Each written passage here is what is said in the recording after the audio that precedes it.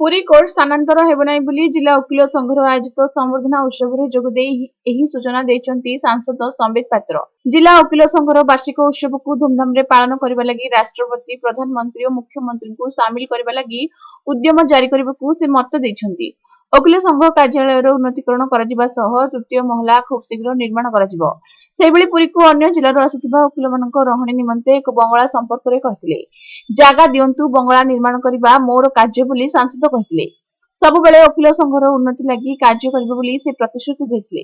सेबळी विधायक सुनील महांती कहथिले बीजेपी सांसद और बीजेडी विधायक बोली पुरी रे कोनोसी विकासमूलक कार्य रे बाधा सृष्टि हेबो नाही। दल अलग होई पारे किंतु आमे मिलित भाबे पुरी रे विकास कार्य करिबो बोली श्री महांती मत व्यक्त करथिले। एही अवसर रे वकील संघ पक्षरु सांसद संबित पात्र, विधायक सुनील महांती, आश्रित पटनायक और ओम प्रकाश मिश्र को उपढौकन दिया जाई संबर्धना करा जायतिला।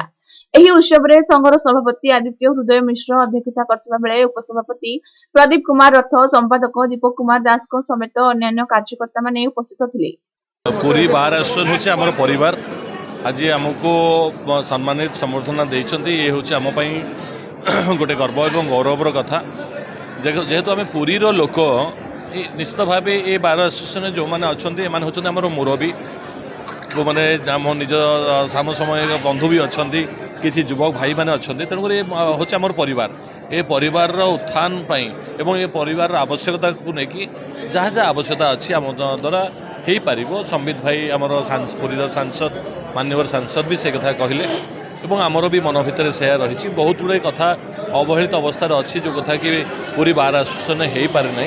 आगामी दिन में यू जिनस को आमको दायित्वर सहित को करार अच्छी एवं समस्त समस्या को समाधान सुचारू रूपे हो पाए। जे सारा ओडिशा रे गोटे मर्यादापूर्ण बार बहुत पुरातन बार एवं बहुत ज्ञानी गुणी आईनजीवी मैंने उपस्थित अच्छा तेणु आमको आज पुरी जिलार आदिवासी एवं आम अंचल आदिवासी हिसाब से आमको आम गुरुजन मैंने डाकी आमको संबर्धित कले। निश्चित भाव में आम कृतज्ञ एवं आशीर्वाद लोकंर सेवा करने जो प्रेरणा रही ये बार उन्नति जहाँ जहाँ सहयोग आमर आवश्यक दरकार प्रतिनिधि हिसाब से आम भाई हिसाब से सहित रहीचु सहयोग करूँ। यह आज आम दिन में काम।